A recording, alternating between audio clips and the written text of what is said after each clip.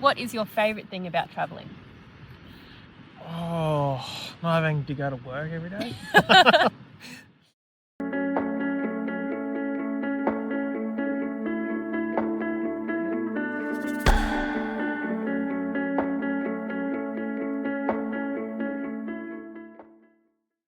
Hey guys, how you going?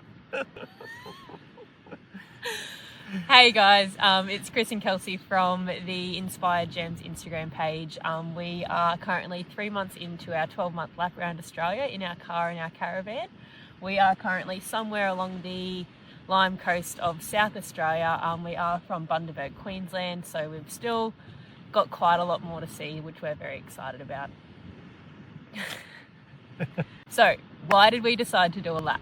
Well, I suppose we've always loved being outdoors. You know, we've always gone out to the beaches, gone camping and checking out all of the places close to home. We did always talk about doing a lap and everything, but, you know, most of the conversations would always finish with, oh, one day. But without getting into too much detail, I lost my sister Gemma back in 2018 to cancer. And it's just one of those things, you know, life has given us too many lessons that one day might not ever come. So I finished uni, we started saving. As that money started to kind of build up, we went through, you know, started to feel a bit more realistic. So we set a date, sold the car, kind of kept planning and then went from there. Yeah.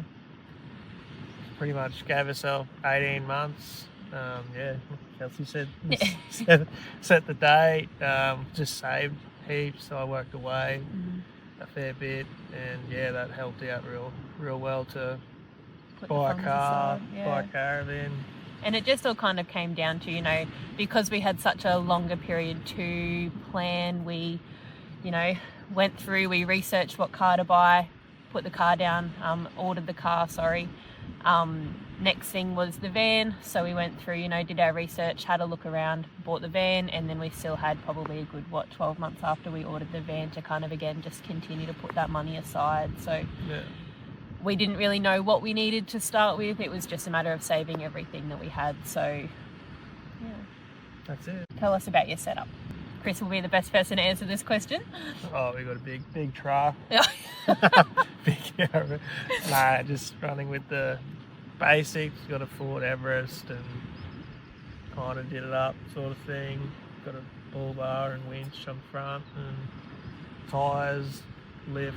Got the GBM upgrade to tow just a little bit more, nothing special. And yeah, got a Jayco Bushpack. Starcraft Bushpack, yep. Yeah, 19 foot, not a massive van and not a small one either. Not a small one, so it's probably a good size for us. It could even gone a little bit smaller, but yeah. Because I suppose one of the questions is, you know, if we were to go back, what is something that we would change? And we have spoken about the fact that we probably could have easily gotten away with a smaller van. Yeah. You know, we discussed, like, we've never had a caravan before. We went through and decided that the 19 might be best living in it full time, but, you know, I think we could have easily gotten away with just the two of us in a 17 foot.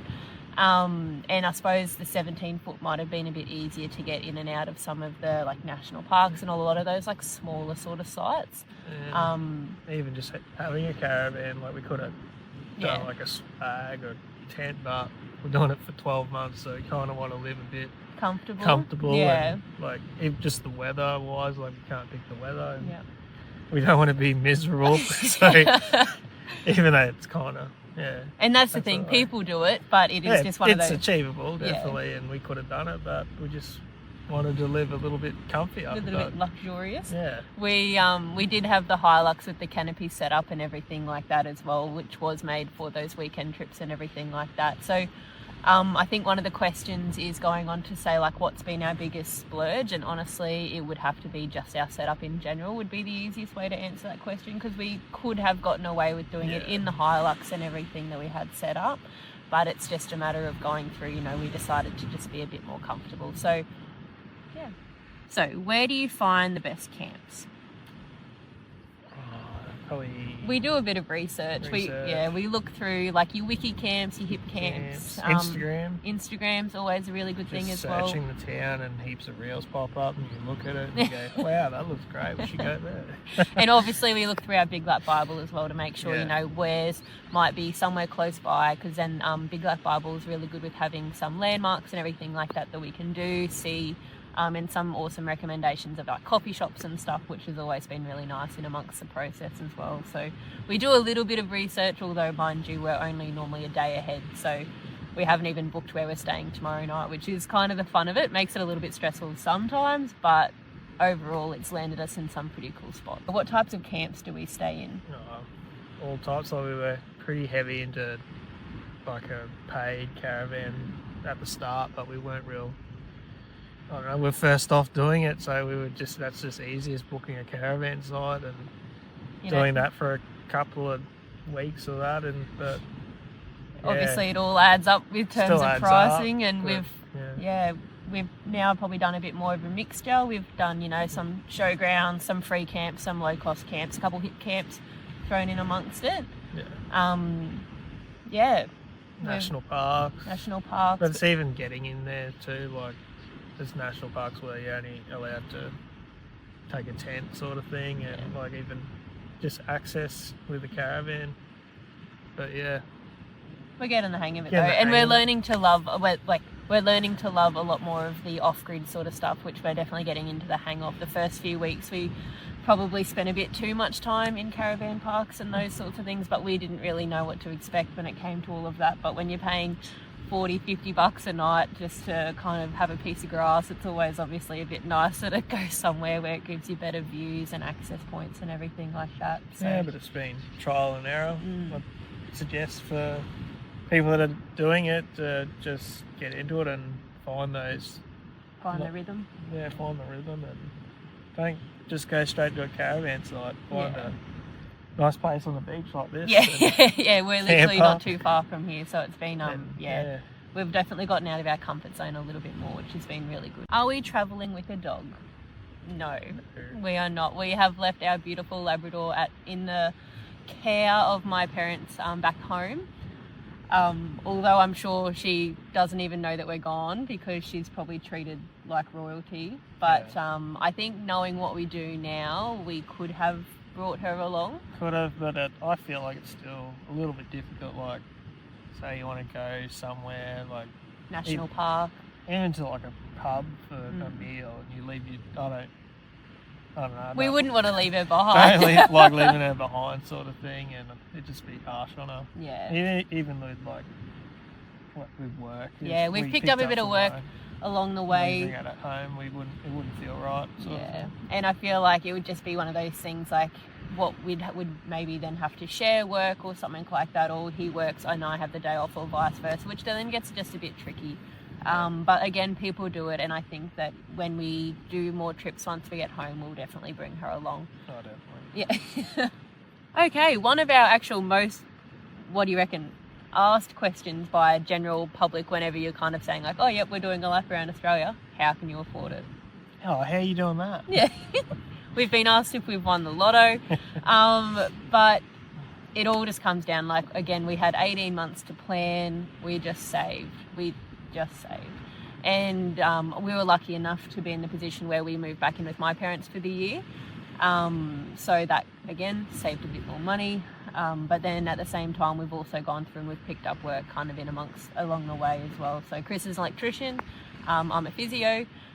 So we've been pretty fortunate enough that we've been able to kind of pick up work here and there. Like we've got a bit of work in Adelaide, which will be really nice just to kind of plant our feet for a little bit before we move on to the next town. Yeah.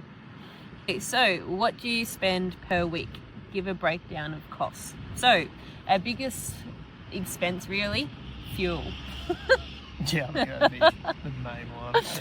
Fuel has like pretty well standardly the last 12 weeks has been our biggest pay, but we've also gone through, what do you reckon, we've probably averaged between $150 to $300 a week in fuel. Accommodation would probably be the next one.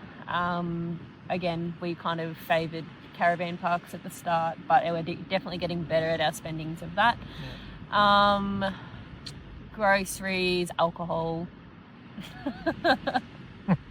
Oh, Yeah.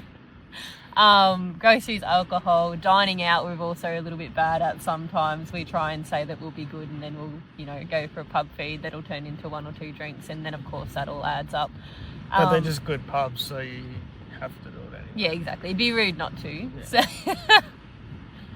but and then that's really about it. Like, we went through and again budgeted for around $1,000 a week, which we have been pretty close to, like, give or take, maybe some weeks about $800, sometimes maybe a 12. Yeah. So I feel like we're in that kind of bracket, which has actually been really good. So yeah, that's what we went through and saved for, was at about $1,000 a week. But again, we just kept putting money into savings. So I know that there are people out there that don't have a lot in their savings, but still more than manage a lap like that. But that's just how we've been doing it. Chris, what is your favourite thing about travelling? Oh, not having to go to work every day. I don't know, a new backyard every day when you're travelling. Yeah, It's always nice. finding different things to do and learn and those sorts of things. Like, we've been to so many different places, like mainly along the coast, but we have kind of gone inland a little bit more as well, and all the different parts of wherever we stay, we always try and have a bit of a look at maybe a bit of the history into the town and those sorts of things. But then also just the views and everything as well have been awesome. Yeah, and more time to yourself, something you can enjoy. Yep, and that's it. Not having a timeline's quite nice. Like, we've got 12-ish months, but whether it's a little bit earlier, a little bit later, we haven't quite set like a return date. So, if we like somewhere, we might stay an extra night, or, if we've kind of done everything, then we'll go through. So it's nice not having like a timeline per se. Yeah. What is the downside of doing a big lap? Definitely would be not seeing family and friends on the weekends, and that would be the major part, I reckon. So, friends and family are a massive part of our life and everything like that. We always go through and spend our weekends with them and everything like that. So it's always a bit hard to miss out on everything like that. We're at the age where there's babies, engagements, weddings and those sorts of things, and missing out on all of that sort of stuff. So it is hard to kind of watch, and I know that there's FaceTime and everything like that, but it's never quite the same. So definitely the fact that life goes on as we're gone, but look at what we're creating at the same time. Exactly. Yes, you can give to future lappers. Just do it. Yep, just do it. And that's the thing, again, like, one day might not ever come, but my biggest advice to future lappers is just be patient with each other. Whether you're traveling, friends, family, by yourself, it's just a matter of being patient. Like, you're still learning. Like, there's definitely been some times where we've gone through, because we're in each other's face all the time, we get a little bit bickery. Normally it's when I'm hungry. Yeah, definitely. But then it's just a matter of, taking that step back, having a breath. You're both learning, whether it's putting the chocks in and those sorts of things. Like, it's all about just taking a breath, and you're in it together. So trying to back a caravan into a spot. Yeah, there's some pretty testing times, but again, it all just comes down, just be patient with one another. Yeah. Think. Cheers.